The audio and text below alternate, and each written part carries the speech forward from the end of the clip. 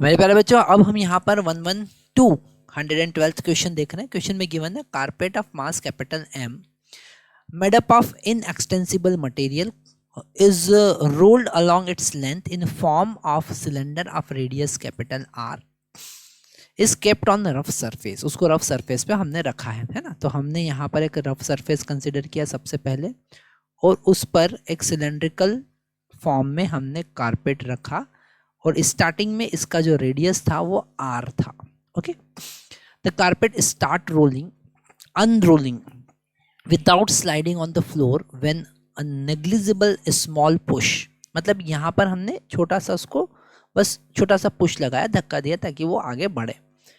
Given to it calculate the horizontal velocity of axis of cylindrical part of carpet when its radius become R/2।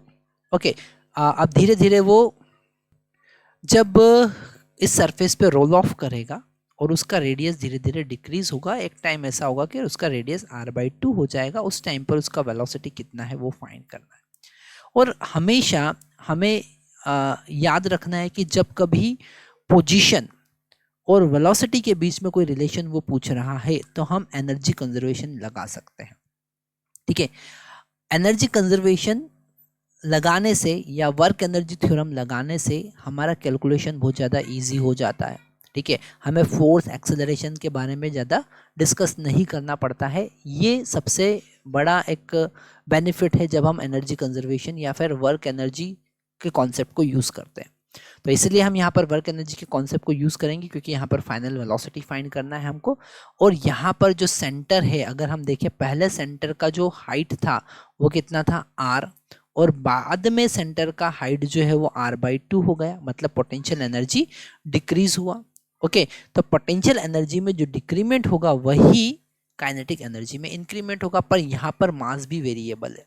Okay, यहाँ पर जो मास है वो ऐसे बिछता जा रहा है यहाँ पर ये जो बिछा हुआ मास है इसका तो कोई पोटेंशियल एनर्जी होगा नहीं, और इसका कोई काइनेटिक एनर्जी भी नहीं होगा, तो वो कोई काउंट नहीं होगा। तो सबसे पहले हम जो नया मास है, रिमेनिंग मास है, वो कैलकुलेट करते हैं, जिसको हम m डैश लिखते हैं। अब रिमेनिंग मास कैलकुलेट करने के लिए हम यहाँ पर total mass, okay, total mass divided by total volume density into जो रिमेनिंग मास है v वॉल्यूम है v डैश, उसका मल्टीप्लाई कर देंगे, है ना। तो यहाँ से हमको m डैश पता चलेगा डेंसिटी के टर्म में, डेंसिटी की हेल्प से। तो ये density mass upon volume density, तो टोटल मास और वॉल्यूम कितना होगा, वॉल्यूम होगा उसका लेंथ L इंटू पाई R²। ओके, और नया वॉल्यूम कितना होगा, उसका लेंथ तो चेंज हो नहीं रहा है, अब रेडियस चेंज हो रहा है तो R/2 हो गया रेडियस, है ना। तो पाई R²/2। ओके, तो ये कॉन्सेप्ट थोड़ा सा समझना पड़ेगा कि हमने जो यहाँ पर L into pi R/2 whole square क्यों यूज़ किया है, क्योंकि ये नया वॉल्यूम है उसका। तो यहाँ L से L, पाई से पाई कैंसिल हो जाएगा, R² से R² भी कैंसिल हो जाएगा। नया मास जो बचा हुआ है वो है m/4।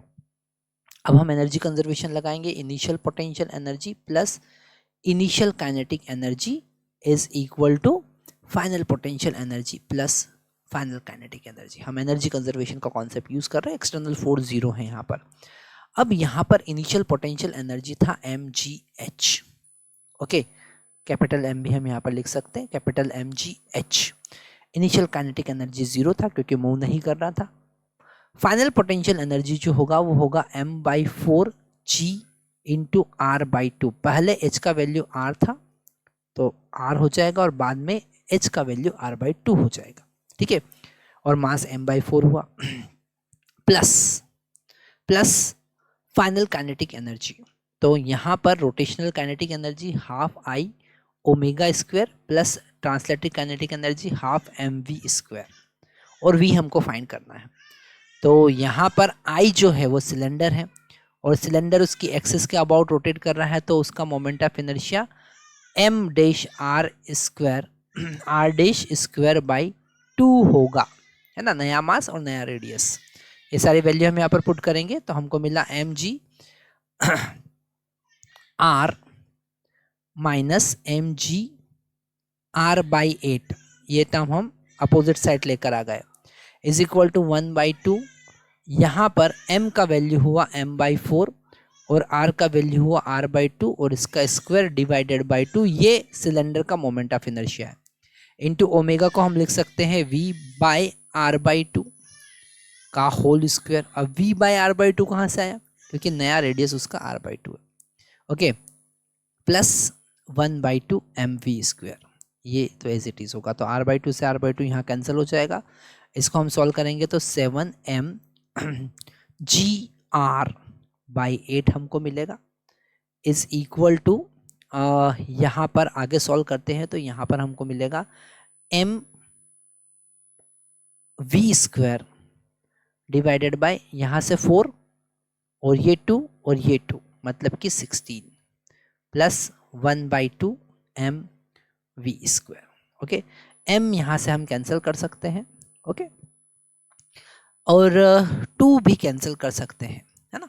पहले हम इसका एलसीएम लेके सॉल्व करते हैं। तो 7gr/8 इज इक्वल टू, ये यहाँ पर हमको 8 का मल्टीप्लाई करना पड़ेगा, तो it will become 9v² divided by 16 और ये 2 टाइम यहाँ पर कैंसिल होगा। तो v² का वैल्यू इधर मल्टीप्लाई करेंगे तो मिलेगा 14gr डिवाइडेड बाई 9। ओके, तो v का वैल्यू आप निकाल सकते हैं। v का वैल्यू कितना होगा, √14gr divided by 9, that is the answer. तो यहाँ पर आपको समझना पड़ेगा कि कैसे हमने एनर्जी कंजर्वेशन का कॉन्सेप्ट यूज करके फाइनल वेलोसिटी निकाली।